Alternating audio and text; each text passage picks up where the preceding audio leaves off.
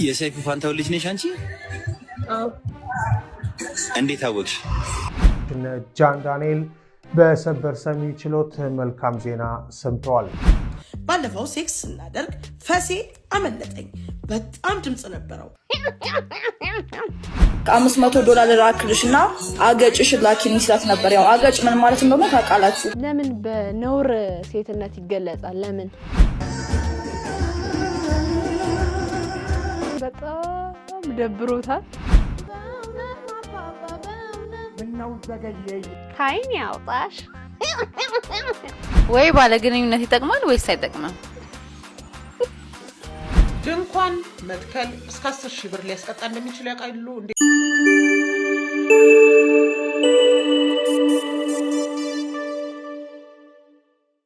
ሰላም እንዴት ናችሁ? እንኳን ወደ ኤፍራታ ቲዩብ የዩቲዩብ ቻናል በሰላም በጤና በፍቅር መጣችሁ። እንኳን ደህና ቆያችሁ። አረፍ በሉ። እንደተለመደው እንግዲህ እናንተን ፈታ ዘና ያደርጋሉ እንዲሁም ደግሞ እናንተን ሐሳብ አስተያየት ተግሳጽ ይፈልጋሉ ብያሰብኳቸውን ቪዲዮዎች ሰብሰብ አድርጌ ከች በኮሮኮንች ብዬላችኋለሁ። እንግዲህ እንደምታውቁት ኤፍራታ ቲዩብ አዲስ ነው። ምን ይፈልጋል? ፍቅር ይፈልጋል።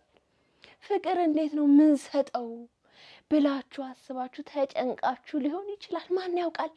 ግን በጣም ፍቅር አሰጣጡ ቀላል ነው። ሰብስክራይብ የምትል አንድ ሞንደል ቀላ ያለች እንደ ቡችልሉ እሷን ነካ በማድረግ እንዲሁም ደግሞ ላይክ እና ሼር በማድረግ ሐሳብ አስተያየቶቻችሁን ኮሜንት ላይ ጻፍ በማድረግ ፍቅር መስጠት ይቻላል። ቤተሰብነታችንን ማጠናከር ይቻላል።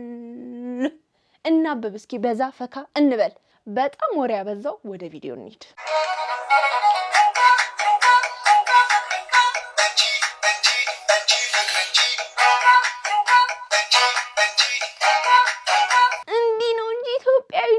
እንዲህ ነው እንጂ ባህልን ፕሮሞት ማድረግ በእውነት የባህልና የቱሪዝም ምናምን መሆን አለብሽ አንቺ። የምን መሸፋፈን ነው? ምን ያረጋል? እንደዚህ በቃ አካላችንን ማስጎብኘት ነው እንጂ በጣም አንቺ ካይን ያውጣሽ። እንደዚህ እኮ ሆንሽ ብሎ ምቀኛ ሊበዛብሽም ይችል ይሆናል እኮ ማን ያውቃል? ኧረ አንቺስ ከፋ፣ ያንቺስ ከፋ። ጭራሽ በቀበቶ አስያሽው ሚልክ ታንከረን ይሻላል። እንደዛ ይሁን ይሻላል ብለሽ ነው? እንደ አለባበስሽ እንደ ሰውነትሽ አይምሮሽ ምርቃኑን አይቀርሱን ነው መለምንልሽ። ሌላ ምን ይባላል? አሁን ይዛላ መስረኛ አርጎ በዛ አንዴ ለቋሉ ቴሌግራም ላይ አንዴ ምን ጋዋለው ምናምን እያለ ሊያሰቃየኝ ነበር የነበረው። እግዚአብሔር ይመስገን እና ምንም ነገር እኔ ላይ ስላልያዘብኝ ነው አሁን መጥቶ እየጮኸ ያለው። እና አንድ ልጅ ላይቭ ላይ ገብታ ነበረ ትላንትናና እኔን ፕሮፋይል አድርጎ እህቴ ናት እሷ እያለ ላይክ $500 ላክልሽና አገጭሽ ላኪኒ ሲላት ነበር። ያው አገጭ ምን ማለት እንደሆነ ታውቃላችሁ? አገጭ ምናምን ማስላት ይመቸዋል። አይ እኔ ዛን ሰዓት እኔ ስቀልድ ነው። ፍቅረኛ የለኝም። ይኸውላችሁ ለ8 ወር ከሱ ጋር ነበርኩኝ። ቺት እያረኩበት ምናምንም አልነበረም። ፍቅረኛ የለኝም። ግን በአደታይም መዳይቱ ለማን ምናምን እንደሆነ መናገር ስላልፈለኩኝ ነው። ለእናቴም አይደለም እውነት ለመናገር ግን ለዛ ነው እንደዛ ያልኩት እንጂ ቦይፍሬንድ ምናምን የለኝም። እግዚአብሔር ይመስገን ቦይፍሬንድ የለኝም። እኔ ይኸውላችሁ እኔ ማን ስለሆንኩኝ ነው ከወንድ ላይ ብር ወስጄ ለወንድ ብር የምሰጠው? እንደውም ቢሰጠኝ ደስ ይለኛል። ሴት ልጅ ለወንድ ልጅ ብር መስጠት የለባትም። ያማችኋል እንዴ? እንዴት ለወንድ ልጅ ብር ይሰጣል? እሱ ይስጠን እንጂ ጉድ እኮ ነው። ከወንድ ወስጄ ደግሞ ለወንድ ልስጥ ብሬን? ከቤላ ጋማ ፍርድ ቤት ነው ከዚህ በኋላ የምናወራው። ኧረ እኔ ሌባ አይደለሁም። መለስ ዜናዊ ለራሱ ምን ብሏል መሰለክ? ሌብነትም ስራ ነው እስካልተያዝክ ድረስ። ያው ስትሰርቅ ነው እስካልተያዝክ የሚለው ፖይንቱ። ካገኘክ በኋላ ብትያዙ ኦኬ ብሩን እስከተጠቀምክበት ድረስ። እንግዲህ ሰሞኑን እነዚህ ሁለት ሰዎች የቲክቶክ መንደር እያነጋገሩት ይገኛሉ። አንድ መልእክት ተናግራለች እቺም ሴት። ምንድነው? ሴት ልጅ በተለይ ደግሞ ቆንጆ መሆን በጣም ትልቅ ትልቅ እድል ነው። የሆነ ሰው ኢንቨስት እንዲያደርግ በቃ በሰው ገንዘብ መኖር ይቻላል አይነት መልእክት አዘል የሆነ ቪዲዮ ሰርታለችና ይሄ ቶታሊ ሮንግ ነው የኔ እናት። ቆንጆም ሆነች ቆንጆም አልሆነች ሰርታ ነው ማግኘት ያለባት እናቴ ለምን በነውር ሴትነት ይገለጻል ለምን እኮ በጣም ትልቅ ነውር ነው እኔ እንደ አንድ ሴት የነውር ምሳሌ መሆን አልፈልግም ሴቶችም እንደዚህ ሲጠቀሱ የሆነ እንትና ገንዘብ ልታምናም ተብሎ በነውር ሲነሱ በጣም ነው የሚደብረኝ እስቲ በዚህ ጉዳይ ላይ እናንተም ሐሳባችሁን አካፍሉን ኮሜንት ላይ ሰብስክራይብ ያደረጋችሁ ወደ ሌላ ቪዲዮ የ80 ባሌን በፈሴ ምክንያት ላጣው ነው ጋይስ እዚህ ጋር ማለት ነው በጣም ቁም ነገር ነው በደም እዚህ ጋር በደም መታሰብ ያለበትና በየቤቱ ሁሉ ሊያንኳኳ የሚችል ሲቹዌሽን ስለሆነ ልንወያይበት ይገባል ብዬ ነው እዚህ ጋር መጣው there is nothing funny about ምንም ያስቅ ነገር የለም እኛ የሰው ልጆች ሶሊድ ሊኩዊድ እና ጋዝ ምናስወግድ ሰዎች ነን እንበላለን እንጠጣለን ስለዚህ ሽንት ቤት እንጠቀማለን እንጸዳዳለን we poop we pee and we fart ስለዚህ እነዚህ ነገሮች ምንም አይነት ታሪክ ሊፈጠርባቸው የሚችል ነገሮች አይደሉም በጣም ተሳዝናለች እህታችን በጣም ዲፕሬሽን ውስጥ ገብታለች እንደዚህ ያለ ነገር አይመስለኝም እንዴ ይሄው ምን ነው ልጇ ልትረዳ ማለት አብረን እንስማው ሰላም ፍሎትዬ ከባለቤቴ ጋር በግንኙነት 1 አመት ከተጋባን ደግሞ 6 ወር ሆኖናል በጣም እንዋደዳለን ለሱ የተለየ ፍቅር አለኝ እሱም እንደዛው በያስባለሁ ዛሬ ግን አሳፋሪ ጉዳይ ልነግርሽ ነው የመጣሁት ባለፈው ሴክስ እናደርግ ፈሴ አመለጠኝ በጣም ድምጽ ነበረው ስሜታችን እልም ብሎ ጠፋ ጠላትሽ እልም ይበል መሬት ተከፍታ ብትውጠኝ በምን እድሌ እረሱ እስከዛሬ አውርቶኝ አያውቅም ዘጋኝ ሳሎን ሶፋ ላይ ነው አዳሩ ምን ይሻለኛል ጠላኝ ተጸየፈኝ ሌላ ጋር እንዳይሄድ ምን ላድርግ በእናትሽ እርጂኝ የሞቀት ዳሬን ላጣው ነው ጉድፈላ እሱ አይጸዳዳም እሱ ፈሴ የለውም እሱ ጋዝ አያስወግድም ሮቦት ነው በቻርጅ ነው የሚሰራው ስለዚህ አይበላም አይጠጣም ሽንት ቤት አይጠቀምም እንደዚህ አይነት ደግሞ ወንድም ሲጀመር የኔ መቤት ዛሬ ትላንትና ያወቅሽው ሰው አይደለም of course how በቃ it happens በቃ እንደዚህ ነገሮች ይፈጠራሉና there is nothing funny about እንዴ በግንኙነት ጊዜ ሬክተም እና አናል አካባቢ ላይ ፍሪክሽናል ፎርስ በሚፈጠርበት ሰዓት ያው ግንኙነት ሲደረግ የፖዚሽን ለውጦች ይኖራሉ ግንኙነት በሚደረግበት ሰዓት ፓወር ይኖራል ፍሪክሽናል ፎርስ ይኖራል በዛን ሰዓት የታመቀ አየር ነው ለቀቅሽው በቃ ወጣ ምን ይደረግ ምን ይጠበስ ያው ይውጣል እንዴ አንተ አትፈሳም እንዴ ወንድሜ ይሄ መልእክት ለእንደሱ አይነት ሰው ለሚያሳቅቁ ወንዶች ይድረስልኝ አዎ ግድ ነው የኔ መቤት አንቺ ማጥፈተሻል ምክንያቱም መጀመሪያ ነበር መጥኖ መደቆስ ቀድመሽ ወደ አልጋ ከመውጣትሽ በፊት መጸዳዳት ሽንት ቤት ገብተሽ አየርሽን ማስወገድ ነበረብሽ በቃ የታመቀ አየር ነበረ አመለጠ ወጣ ስለዚህ የዓለም መጨረሻ ነው እንዴ ምን ችግር አለው በቃ ፈሳች ተረዳት እንጂ ወንድሜ እንዴ እቺ ልጅ ቢያመልጣትስ በአጠቃላይ ሁሉ ነገር ጋዙም ሊኩዊዱም ፉሽ ብሎ ቢወጣ ደግሞ ምን ልትላት ነበር ከቤት በዛኑ ሰዓት ጨርቆን አስጠቅልለተሱ ልታስወጣት ነበር ማለት ነው አይ እንደዚህ ነገር ሊፈጠር ይችላል ብለን ማሰብ አለብን እንዴ አንተ ልትታመማችንም አይዱ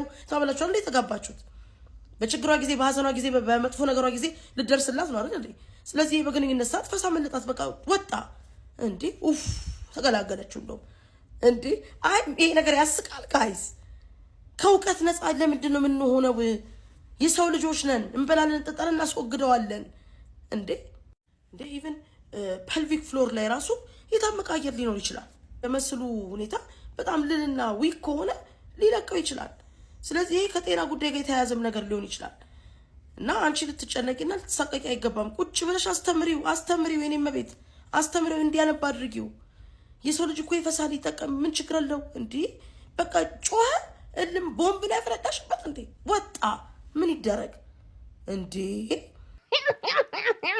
ተፍሳ እንጂ አባቱ እንዴ ዘማሳቀቅ ሲቹዌሽን አይቻልም አንተ ፊት ያልፈሳች አንተ ጋር ያልፈሳች የት ሄዳ ተፍሳ አደባባይ ታንዘርጦ እንዴ ለመረዳት ሞክሩ ባልና ሚስት እኮ ማለት በጣም እኔ እንጃ በጣም ማለት ግልጽ መሆን አለበት እንጂ ገና ለገና ፈሳሽ ተብሎ ሶፋ ላይ አልጋ እስከመለየት ኧረ ነውር ነው ወገንታት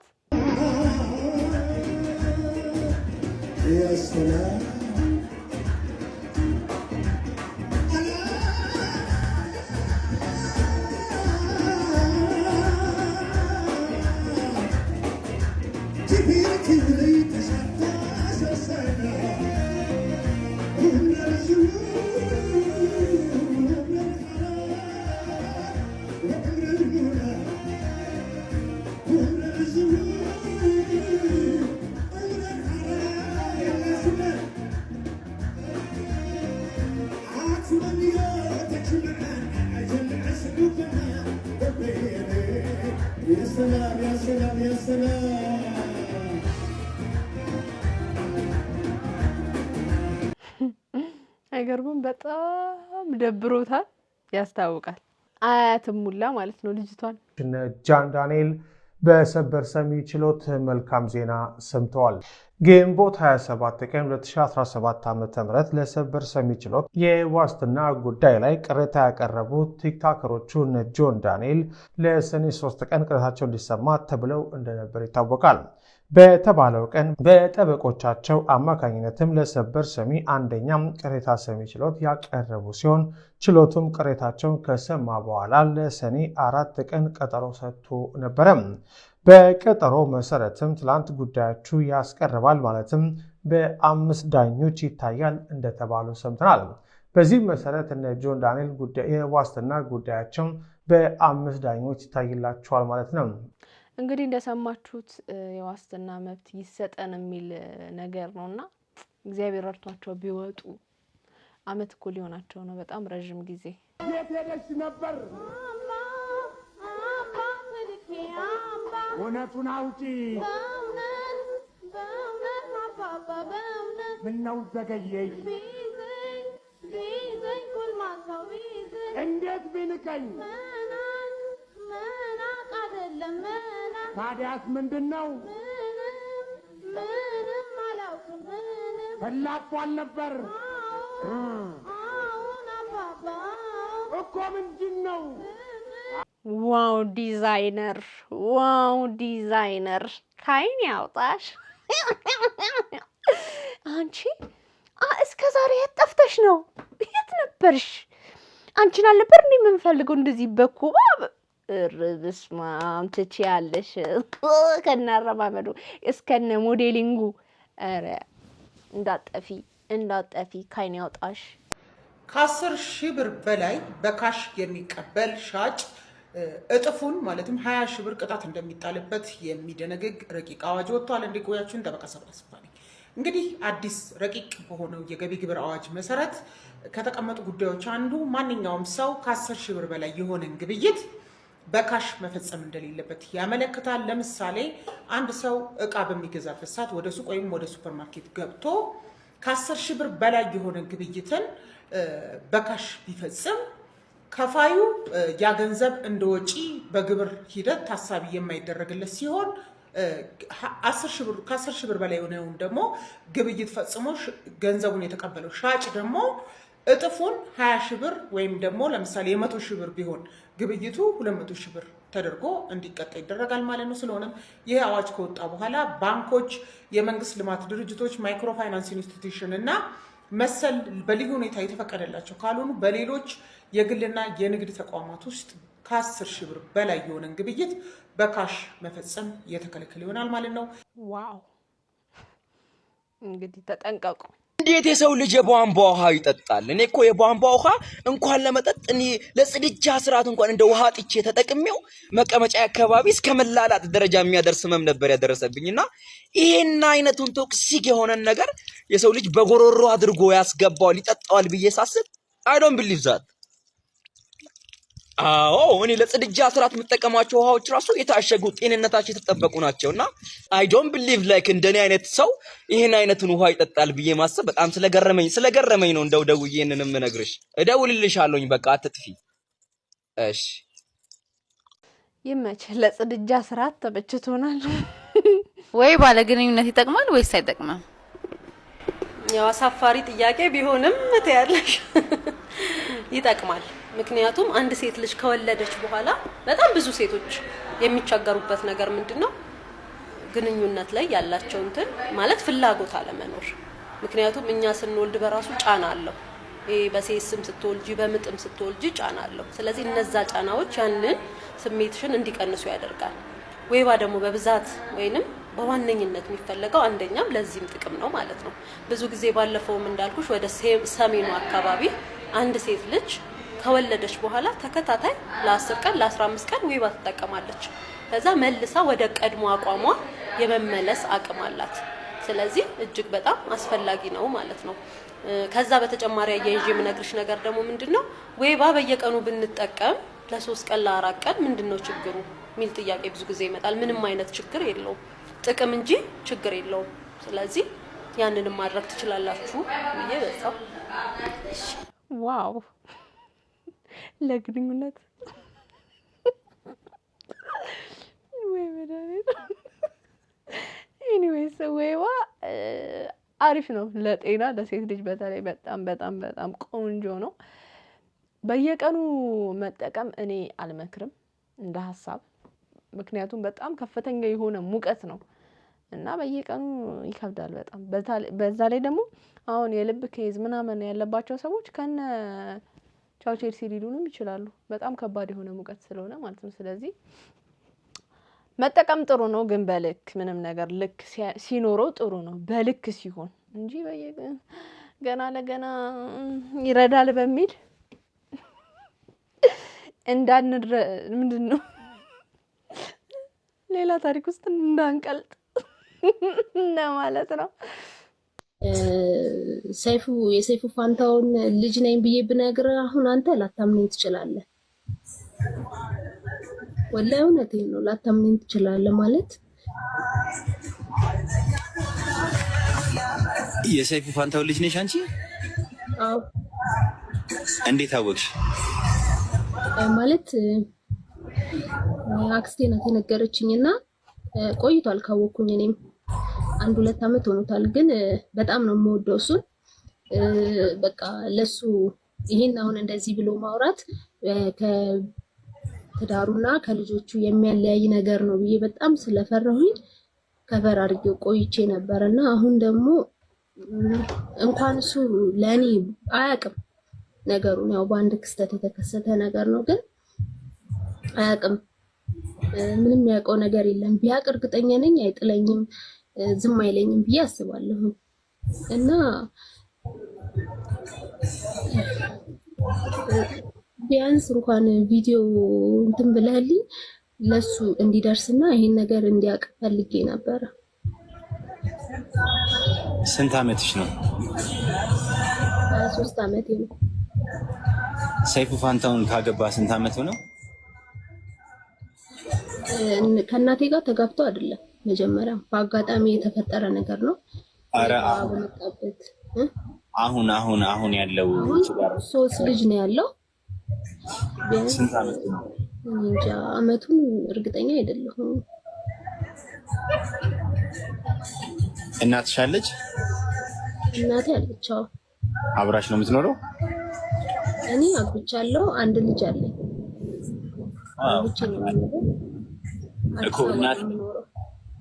እኮ እናትሽ አሁን የሰይፉ ልጅ እንደሆንሽ ነግራሽ ነው? እናትሽ ነው የነገረችሽ? አይ እሷ አልነገረችኝም። እሷ አይደለም የነገረችኝ፣ አክስቴ ናት የነገረችኝ። እና ለእሷም ጠይቂያት ነበረ። አዎ ይሄን ነገር አታውሪ ምናምን ብላኝ ነበረ። እሷም ግን እኔ ሚዲያ ላይ ወጥቼ መናገር ፈለኩኝ። ምክንያቱም እስከ መቼ ይሄ ነገር እንትን ተብሎ ተደብቆ ይቆያል? ገብቶሃል? የሚታወቅ ነገር ነውና ቢያንስ እንኳን ባገኘው በጣም ነው የምወደውና ሳይሆን በፊት ራሱ አባትሽ ነው ተብዬ ራሱ እንትን ሳላቅ በፊት ራሱ በጣም ነው የምወደው። ምክንያቱም በጣም መልካም ሰው ነው፣ በጣም ጥሩ ሰው ነው፣ ለኢትዮጵያ ደራሽ ነው። ታውቃለህ የሚሰራቸውን ስራዎችና በጣም ነበር የምወደው። ልጅም ሆኜ የእሱ ስሜት አለኝ። ሰይፉንማ እኮ ያው በሚሰራቸው ጥሩ ስራዎች ምናምን ሁሉም ሰው ሊወደው ይችላል። ግን አንቺ ደግሞ ከዛ በዘለለ የአባትነት ፍቅር ደግሞ ልታገኝ ይገባል ብዬ አስባለሁ። የእውነት አባትሽ ከሆነ ማለት ነው። ቁጭ ብለህ ትሰማለህ ወይ ማለት ቆሜ ልስማ ታዲያ? አይ እኔ ግራ ገብቶኝ ነው። ሳያትም ወደ ግንባሯ አካባቢና አፍንጫዋ ሰይፉን ነው። ሰይፉ ፋንታውን ትንሽ አንቺ ተቆራልሽ እንጂ ትመሳሰያለሽ። እንግዲህ ሰይፉ ፋንታውን አባቴ ነው ብላለች። እውነት ይሁን አይሁን አይታወቅም። እንግዲህ ወንድ ልጅ እኮ ከባድ ነው። አዳም ላንተ ኑሮ በጣም ትከብዳለች። አይታወቅም እንግዲህ የምር ልጁም ልትሆን ትችላለች፣ ላትሆንም ትችላለች። ሰይፉ ሾል እናያለን እውነታውን። ይሄንን ቪዲዮ ማለትም የእሷን ቪዲዮ ያየዋል ብዬ ተስፋ አደርጋለሁና የሆነም ምላሽ እንሰማለን። ድንኳን መትከል እስከ 10 ሺህ ብር ሊያስቀጣ እንደሚችል ያውቃሉ። እንዲቆያችሁን ጠበቃ ሰብለ አስፋ ነኝ። እንግዲህ በተለያየ አጋጣሚ መንገድ በጊዜያዊነትና በቋሚነት እንዲዘጋ የሚያደርጉ ድንኳን መትከሎች በየመንገዱ ይታያሉ። በመመሪያ ቁጥር 40/2013 መሰረት አንድ ሰው በመንገድ ላይ ድንኳን በመትከሉ የሚጠየቅበት አግባብ በግልጽ ተመልክቷል። ያም ደግሞ ለንግድ ትርኢት፣ ለባዛር፣ ለስራ ፈጠራና ለተለያየ ለኤግዚቢሽን ቦታውን ለመጠቀም በማሰብ ድንኳን የጣለ ሰው ያንን ድንኳን የጣለው አስቀድሞ ያንን ቦታ በዛ መልኩ ለመጠቀም መንገዱን በጊዜያዊነት ለመዝጋት ከሚመለከተው አካል ፈቃድ ሳያገኝ ከሆነ አውቶማቲካሊ የ10 ሺህ ብር ቅጣት እንደሚጠብቀው ተመልክቷል። ስለሆነም ያለ ፈቃድ ድንኳን የምትተክሉ ጥንቃቄ አድርጉ።